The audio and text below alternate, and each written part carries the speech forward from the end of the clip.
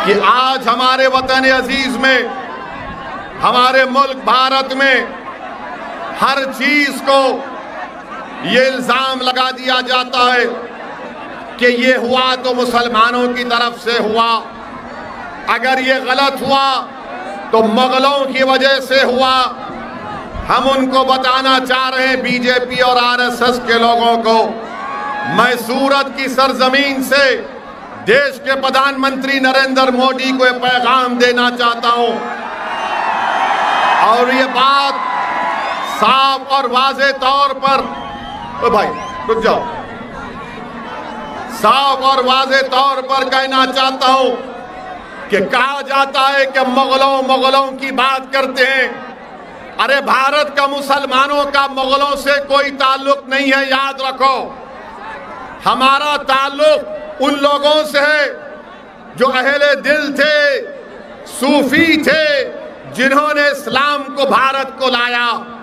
अगर भारत में पहली मस्जिद मुगलों ने नहीं बनाई थी, भारत में पहली मस्जिद अगर बनाई गई तो केरला में बनाई गई थी।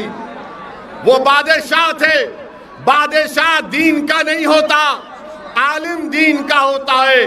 सूफी जो होता है उसका ताल्लुक दीन से होता है। मगर बीजेपी मुगलों को मुसलमानों से जोड़कर कहती है नहीं, वो 600 साल पहले ऐसा हुआ था, 500 साल पहले ऐसा हुआ था, 450 साल पहले तोड़ी गई, अब हम उसमें खोद के देखेंगे।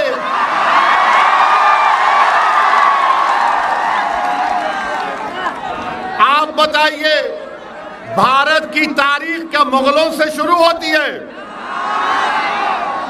भारत, ये जो भारत बना, अगर कोई संगी आपसे कहेगा, कोई अगर मुसलमानों का दुश्मन आपसे कहेगा कि आज मुगलों की वजह से ऐसा हो रहा, तो उनसे पूछना भारत कैसे बना। 50,000 साल पहले अफ्रीका से लोग भारत को आए थे। कितने साल पहले? 50,000 साल पहले। 40,000 साल पहले ईरान से किसान आए थे। 30,000 साल पहले स्टीप से लोग आए थे, स्टेप से लोग आए थे। इसके बाद लोग आते गए तो भारत बना। मगर बीजेपी को अगर कोई नजर नहीं आता, खाली मुगल नजर आता है इनको। अब आप बताइए कि क्या बादशाह अशोका ने लोगों का कत्ल नहीं किया? बादशाह अशोका ने हजारों लोगों का कत्ल किया। बोलो आरएसएस वालों, अशोका के बारे में तुम्हारी राय क्या है? क्या यह बात सच नहीं है कि पुष्यमित्रा ने बुद्धों की मंदिरों को तोड़ा? इसकी बात क्यों नहीं करते बीजेपी और संघ परिवार के लोग?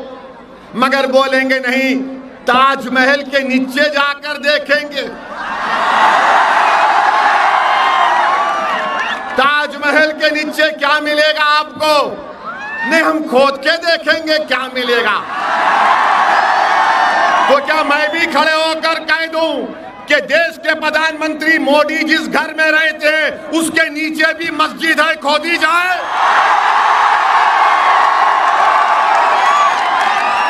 अगर तुम्हारी आस्था है तो मेरी आस्था नहीं है। क्या मोदी की आस्था ओवैसी की आस्था से बढ़कर है या बराबर है? बताओ आप। ये देश आस्था पर नहीं चलता मोदी जी।